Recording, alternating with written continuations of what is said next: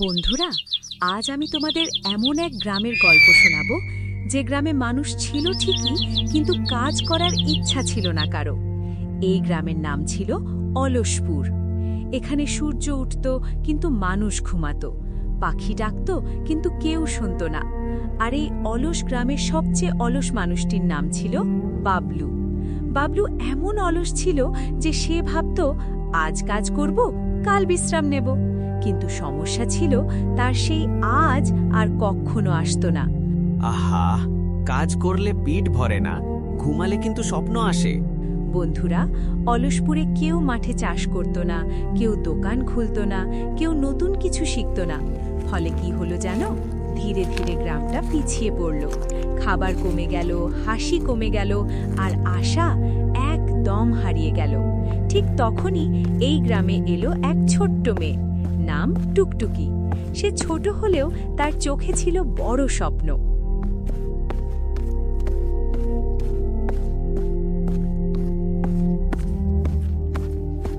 কেন সবাই বসে বসে সময় নষ্ট করছো?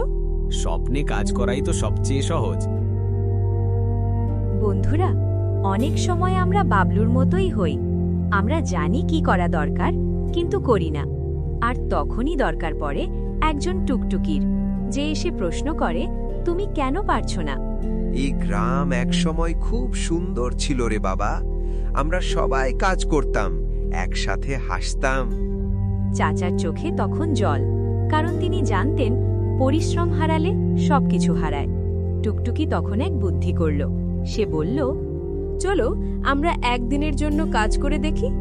শুধু একদিন? একদিন হলে চেষ্টা করা যায়। সেদিন প্রথমবার অলসপুরের সকালটা অন্যরকম ছিল। কেউ ঝাঁটা দিল, কেউ মাঠে গেল, কেউ দোকান খুলল। আর বাবলু, সে প্রথমবার ঘাম ঝরালো। আরে, কাজ করে তো ভালোই লাগছে। এই যে অনুভূতি, এটাই পরিশ্রমের পুরস্কার।